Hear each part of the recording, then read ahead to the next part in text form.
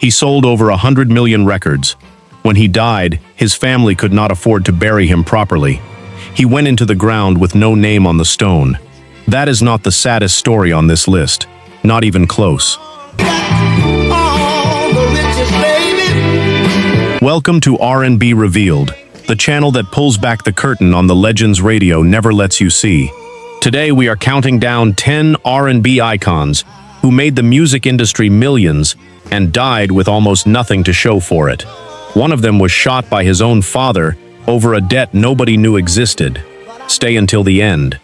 The man at number 1 did not just lose his fortune, he lost his life to the one person who was supposed to protect him. Subscribe now. The countdown begins. Number 10. Eddie Kendricks, Just My Imagination, Running Away With Me. Eddie Kendricks could sing higher than almost anyone in Motown. That falsetto built half the Temptations' biggest records. It also helped build the case that ended with him broke. He grew up in Birmingham, Alabama, singing in a church choir with a friend named Paul Williams. The two of them moved north chasing a record deal and landed one, at Motown, as founding members of the Temptations. For 11 years, Kendricks sang lead on some of the most recognizable songs in American music. He arranged the harmonies, he helped design the suits, he never once owned a piece of any of it. In 1978, he walked away from Motown. The label controlled every dollar his voice ever earned, and Kendricks wanted out badly enough to sign whatever they put in front of him. The contract that freed him also stripped his future royalties. He got his name, he lost the income attached to it. He kept touring anyway, because touring was the only income left. A 1982 reunion with David Ruffin. A night at the Apollo with the lights hitting him the same way they had decades earlier. He was still chain-smoking through every one of those shows. By 1991, his voice was straining on the high notes. A doctor found cancer on one of his lungs. He had surgery. He kept touring through the next summer. He died in October of 1992, in the same city he had sung in as a boy, 52 years old. Years before his death, he sued Motown for royalties he said were never paid. He won that fight too late for it to matter. The label that built an empire on his falsetto never had to give the money back to the man underneath it. And he was not the only temptation this story follows into the dark. His closest friend in the group was already further down a darker road, with even less waiting at the end of it. Number 9. Wilson Pickett, In the Midnight Hour. They called him Wicked Pickett. The nickname was not a joke. On stage, he was one of the most dangerous performers America ever produced. He came up a sharecropper's son in Alabama, escaped a violent home, found his real voice in gospel, then bent that voice into something rawer. Mustang Sally, Land of a Thousand Dances, Funky Broadway, hit after hit through the 60s, sold by the millions. By any normal measure, Pickett should have died one of the wealthiest men in soul music. He did not. The same fire that powered his stage shows fed an addiction that drained him just as fast as the hits brought money in. Drunk driving arrests, a car accident that killed an elderly pedestrian, court costs that ate every dollar touring put back in his pocket. By the early 70s, the hits had dried up. The legal bills had not. He kept performing into his 60s. He was inducted into the Rock and Roll Hall of Fame in 1991. Documentary crews followed him around, celebrating a legacy the man living it could barely afford to maintain.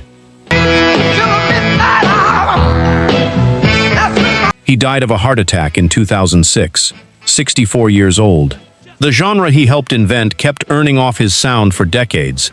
He rarely got to keep what it brought in, and if a wild stage persona sounds like the most dangerous part of his story, wait until you hear what happened to a singer whose entire career started and ended with a single act of violence almost nobody remembers today. Never know how much I care. Number 8. Little Willie John, Fever. He was 18 years old, barely 5.5 feet tall. His voice did not seem to fit inside his body. In 1956, he recorded a song called Fever in a Cincinnati studio, and nobody in that room knew yet they had just made history. Brown opened shows for him before James Brown was James Brown. Sam Cooke admired him. Stevie Wonder later called him an idol. For a few blinding years in the 1950s, Little Willie John was not just a star, he was the standard. Then the same fire that made him magnetic on stage made him impossible to manage. Heavy drinking, a violent temper. King Records dropped him in 1963. The hits and the money disappeared almost overnight. In 1964, a fight at a party in Seattle ended with a man dead. John was convicted of manslaughter. By 1966, he was walking into Washington State Penitentiary, broke, still owing money to the very label that had built itself partly on the road he cleared. He never walked out. He died in prison in May of 1968, officially of a heart attack, after reporting to the infirmary with pneumonia. He was 30 years old. Friends and family who visited him there have never fully accepted that explanation. The man who first sang Fever, before Peggy Lee turned it into a pop standard, died completely broke, in debt, inside a maximum security cell. His friend James Brown recorded an entire tribute album that same year. It did not undo any of it. And what happened next on this list happened almost gently by comparison. A Detroit girl who named the most successful female group in pop history, and then watched the world forget she was ever in it. Number 7. Florence Ballard, Where Did Our Love Go? The Supremes. A teenager in Detroit's Brewster Douglas housing project picks a name for the group she is forming with two friends. The name is The Supremes. It becomes one of the most recognized words in music history. Almost nobody remembers it was hers. Florence Ballard was a founding member. By her own bandmates' account, she had the most powerful natural voice in the group. Motown had other plans. Berry Gordy wanted the spotlight on Diana Ross, and slowly, deliberately, it moved there, song by song, until the group was renamed Diana Ross and the Supremes. In 1967, Ballard was pushed out entirely. Her settlement came with a condition. She could not even use her own history with the group to promote whatever came next. A solo deal with ABC Records went nowhere. Within 2 years of leaving the biggest girl group on the planet, she was broke. By 1974, the woman who once sold out arenas in matching gowns was applying for welfare. The story leaked to newspapers that had once covered her tours. She moved in with her sister. She battled alcoholism and depression, while the group she co-founded kept dominating the charts without her. In 1975, a settlement finally came through. She bought a small home. She started performing again. For a moment, it looked like the story might bend back toward hope. She died of a heart attack in February 1976, 32 years old, 8 months into the first financial stability she'd had in a decade. The group she named would go on to sell tens of millions of records. She never lived to see herself remembered for any of it. And what happened to the man on this list right after her happened all at once, in the form of a stolen money belt that vanished the same night he did. Number 6. David Ruffin, My Girl, The Temptations. 3 in the morning, West Philadelphia, June 1991. A limousine pulls up to a hospital emergency room. Inside is the voice behind My Girl, a song played at more weddings than almost any recording in American history. The driver tells the staff his passenger has overdosed. 90 minutes later, David Ruffin is dead. He is 50 years old. Ruffin's voice was the reason the Temptations broke through in the mid-60s. The grit underneath the silk, the ache that made Ain't Too Proud to Beg feel like a confession. For 4 years, he was the face of the group. Then his ego, fueled by fame and drugs, outpaced the band, and in 1968 they fired him. 2 decades of flickering comebacks followed, a solo career with flashes of brilliance, a 1982 reunion tour, a night with Hall & Oates at the Apollo that reminded the world what he could still do. Weeks before his death, he came home from a European tour with 2 other former Temptations, carrying what should have been a comfortable payday after years of struggle. That money never made it home with him. Ruffin had reportedly been carrying tens of thousands of dollars, meant to be split among his bandmates. When paramedics searched him at the hospital, they found $53 in his pocket. The rest vanished, along with the hours before his death, inside a house police later sealed off. His family has spent decades insisting there was foul play. The ruling stayed accidental overdose. The money was never found. His own family could barely afford a funeral for a man whose voice had soundtracked thousands of other people's weddings and never once been paid to attend his own send-off. It was Michael Jackson, not Motown, not the Temptations, not any label that had profited off My Girl for a generation, who quietly paid for David Ruffin's funeral. And if that sounds like the cruelest betrayal on this list, wait until you hear what was waiting for the woman whose voice could make a torch song feel like a held hand, right before she put down the phone for the last time. We are halfway through this list. Already a Temptation buried with stolen tour money in his pocket. A woman who invented a girl group's name and vanished onto welfare. That was the easy half. What comes next is worse. A man shot by his own family. A singer whose body lay in a hospital bed while her relatives fought over every dollar she had left. A betrayal so deep it skipped a generation and landed on a granddaughter who never even met him. Stay with this one. Number 1 changes the way you hear a song you've heard 1,000 times. Number 5, Phyllis Hyman, Living All Alone. A few hours before showtime at the Apollo Theater, June 30th, 1995. Her name is already on the marquee. The band is rehearsing without her. A few miles away, in a Manhattan apartment, the woman with one of the most extraordinary voices in quiet storm R&B is alone with a decision she has apparently tried to make before, more than once. I'm not even the same, I'm different. Phyllis Hyman's contralto could turn a simple lyric into something that felt aimed directly at whoever was hurting. She earned a Tony nomination on Broadway. She charted hit after hit. Peers who worked with her swore she should have been as famous as anyone in the genre. It never quite happened. Label conflicts sidelined her for years at a time. The industry's obsession with her weight chipped away at a self-image that was already fragile. Bipolar disorder, undiagnosed for most of her career, and only identified a decade before her death, colored every high and every crash.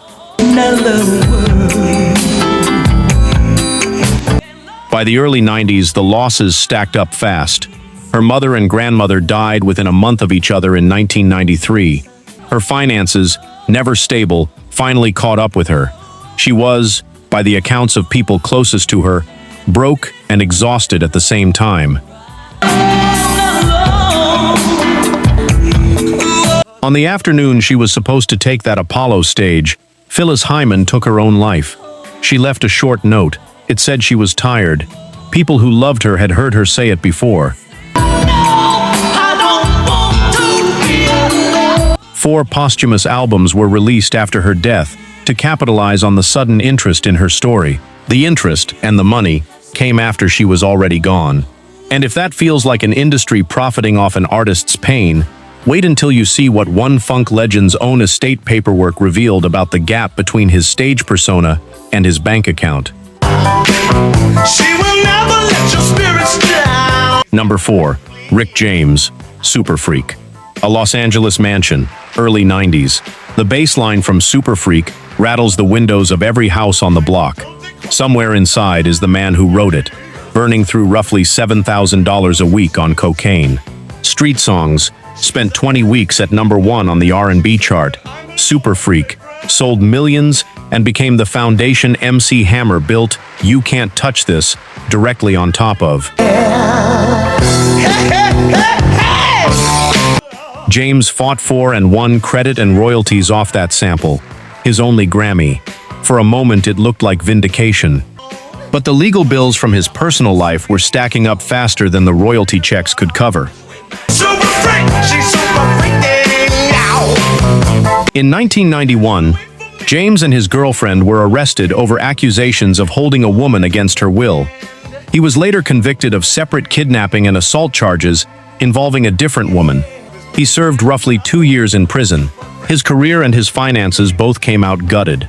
She's alright, that girl's alright. He died of heart failure in 2004, 56 years old, living in a modest Burbank apartment, a long way from the mansion where Super Freak once shook the walls. Court documents released after his death put his entire estate at roughly $250,000, a fraction of what a song generating tens of millions in royalties and sample fees should have left behind.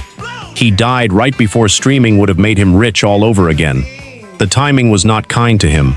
It is about to feel even less kind to the man at #3, whose entire body became a prison years before he ever set foot inside one.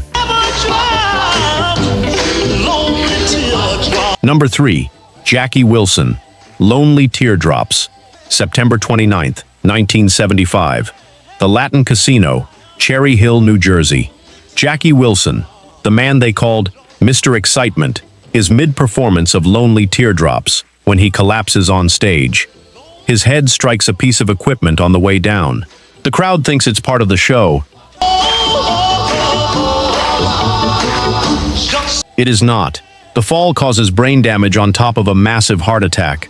Wilson spends the final 9 years of his life almost entirely unconscious, in and out of nursing homes, unable to speak, unable to walk. Here is what most fans never learn.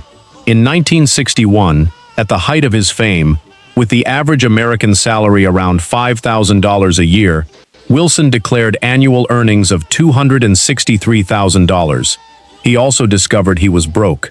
His manager, Nat Tarnopol, who held power of attorney over his money, had mismanaged it, and according to a later federal indictment, defrauded him outright. The IRS seized his Detroit family home over taxes Tarnopol was supposed to have paid. Wilson clawed his way back and repurchased his own house at auction. He never fully grasped the second, larger betrayal still unfolding. In 1975, federal prosecutors found Tarnopol's label owed Wilson at least $1 million in unpaid royalties. He never lived to collect it. By then, he was already lying in that nursing home, unable to testify on his own behalf. Bobby Womack organized a benefit concert just to cover his medical bills. Elvis Presley reportedly paid a large share of his hospital costs out of his own pocket. None of it undid what years of fraud had already taken. Jackie Wilson died in January 1984, after 8.5 years trapped inside his own body. His estate had no money left for a proper burial. The man Michael Jackson would later credit on stage at the Grammys as a direct inspiration was lowered into an unmarked grave. Fans raised the money for a headstone 3 years later, and the next betrayal on this list did not wait for its victim to die. It started while she was still in a hospital bed, with her own family fighting over every dollar of her care. Long time coming, but I know. Number 2, Sam Cooke, A Change Is Gonna Come, December 11th, 1964. A motel on South Figueroa Street in Los Angeles. The man credited with inventing soul music, the voice behind A Change Is Gonna Come, is shot dead under circumstances disputed to this day. He is 33. He is at the absolute peak of his power, and he dies without a will.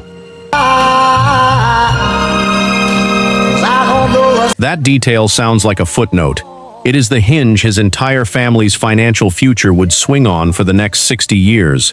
A long time coming, but I know. Cooke had built something rare for a black artist of his era: real ownership. His own label, SAR Records. His own publishing company, Cags Music. He used both to launch artists like Bobby Womack. 3 years before his death, he handed control of those companies to a manager named Alan Klein, the same Alan Klein who later managed the Rolling Stones and the Beatles. Hang around. It's been a long. Because Cooke died intestate, his widow had little leverage when Klein came calling after the funeral. In 1968, Klein bought out the rights to Cooke's masters and publishing for $350,000. Today, that catalog is conservatively valued at well over $100 million. The family sold a fortune for pennies on the dollar because the man who built it never wrote down who should keep it. And I say, brother, help me. The damage skipped a generation. Decades later, Cooke's granddaughter, Andrea, inherited a share of those royalties after her mother died in 2009, only to end up unemployed and on food stamps while lawyers fought in court over the trust meant to support her. The family behind A Change Is Gonna Come was still tangled in lawsuits over scraps of that fortune 2 generations after his voice was silenced. I could last for long. Sam Cooke did not die broke. His legacy did, drained generation after generation by exactly the kind of unprotected ownership he spent his career trying to escape. And that betrayal still is not the most painful ending on this list. The man at number 1 did not lose his fortune to a stranger, a label, or a lawyer. He lost it, and then his life, to the one person who was supposed to protect him from the start. Mother, mother. Number 1, Marvin Gaye. What's Going On? April 1st, 1984. A house on Gramercy Place in Los Angeles. The same house Marvin Gaye bought for his parents. The house he was living in, because he had nowhere else left to go. His father walks into his bedroom. Words are exchanged over a misplaced insurance document. His father picks up a .38 revolver, a gift from Marvin himself months earlier, and fires twice. Marvin Gaye dies the day before his 45th birthday, killed by the man who raised him. To understand how a voice this important ends up in that room, go back to the beginning. A preacher father who, according to people who knew the family, never wanted him and beat him on a regular basis. Gaye spent his life trying to win love from a man incapable of giving it, and poured all of it into a voice that would define modern soul music. I heard it through the grapevine. What's going on? Let's get it on.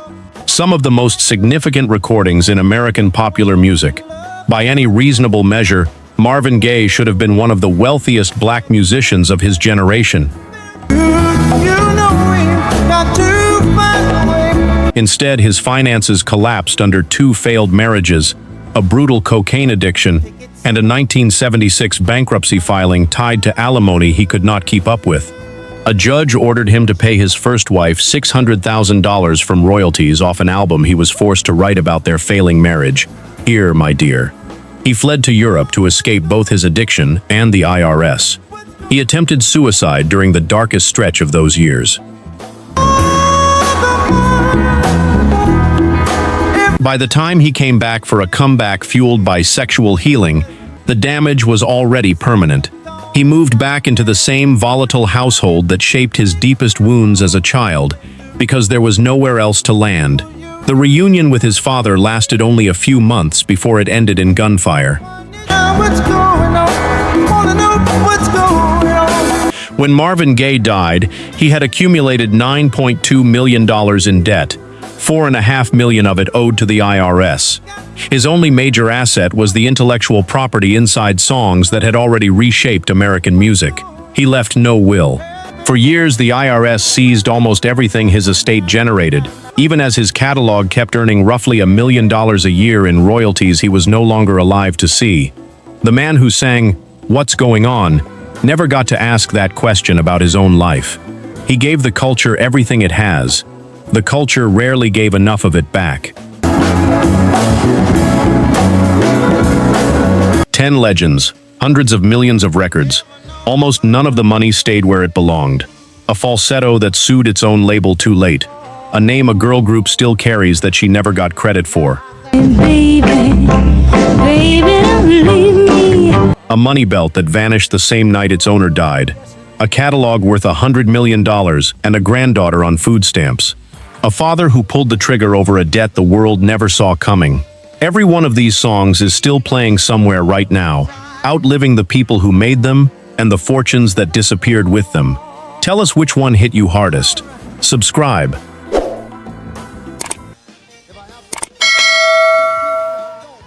Because we are not done. The music never lies, even when the industry does.